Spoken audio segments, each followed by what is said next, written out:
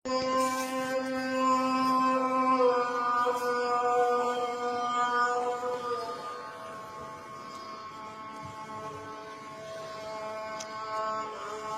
প্রায় 30 বছর পর রেখার চিঠি পেয়ে আমি তো অবাক। পাছে চিনতে ভুল করি, তাই নিজের পরিচয় দিয়ে এই রেখা শুরু করেছে তার চিঠি। আমি রেখা, জানি আমাকে চিনতে তোমার কষ্ট হবার এই কথা। সে তো আজকের কথা নয়, সে যে হলো কতকাল। আমি ছিলাম তোমার ছোটবেলার খেলার সাথী।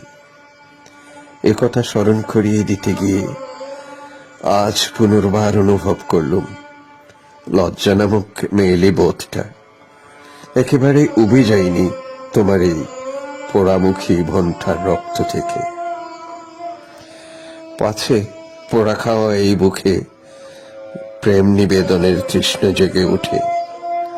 তাই শুরুতেই বলি, তুমি কবি হয়েছ বলেই আমাদের রক্তের সম্পর্ক যায়নি ছোট হয়ে। আমি বকুল মাসির মেয়ে যে, এবার মনে পড়ল।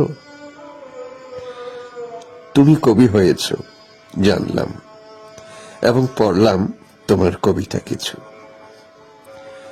পড়তে পড়তে বুকের ভিতর হা হা করে উঠল হাজার তারের বিনা।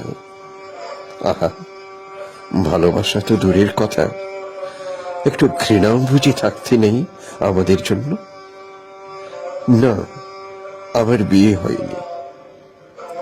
দণ্ডকারণ্য থেকে মানা, আর মানা থেকে দণ্ডকারণ্য ছুটতে ছুটতে ফুটতে পারেনি বিয়ের ফুল আমার। কিন্তু তার পাপড়ি গেছে ঝড়ে। কংস পারের এই বঙ্গদুহিতার বুকে বসেছে কালো মৌমাছিদের মেলা।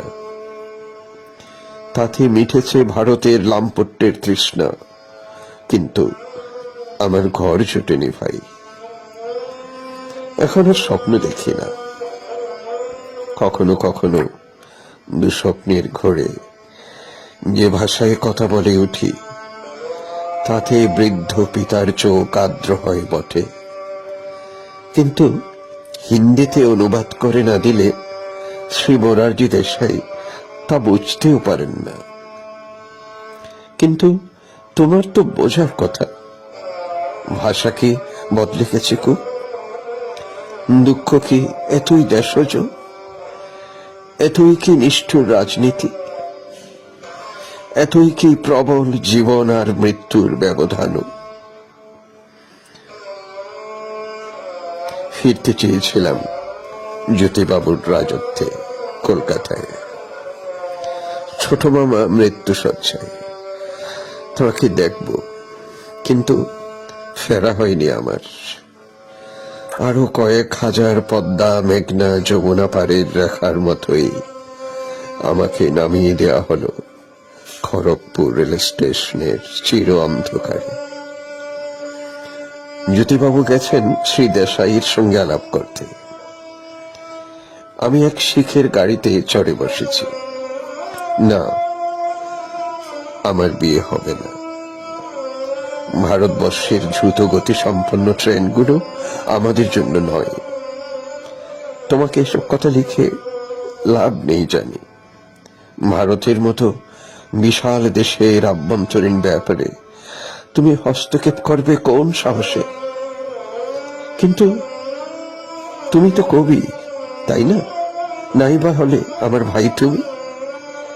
তাই বলে তোমার কবিতা থেকে আমরাই বা বঞ্চিত হব কোন অপরাধে? না হয় তোমার ছোটবেলার রেখাকে নিয়ে লিখো একটা যেমন তেমন কবিতা। আজকের হাজার রেখার অশ্রু না হয়ে নাই বা মোছালে তুমি।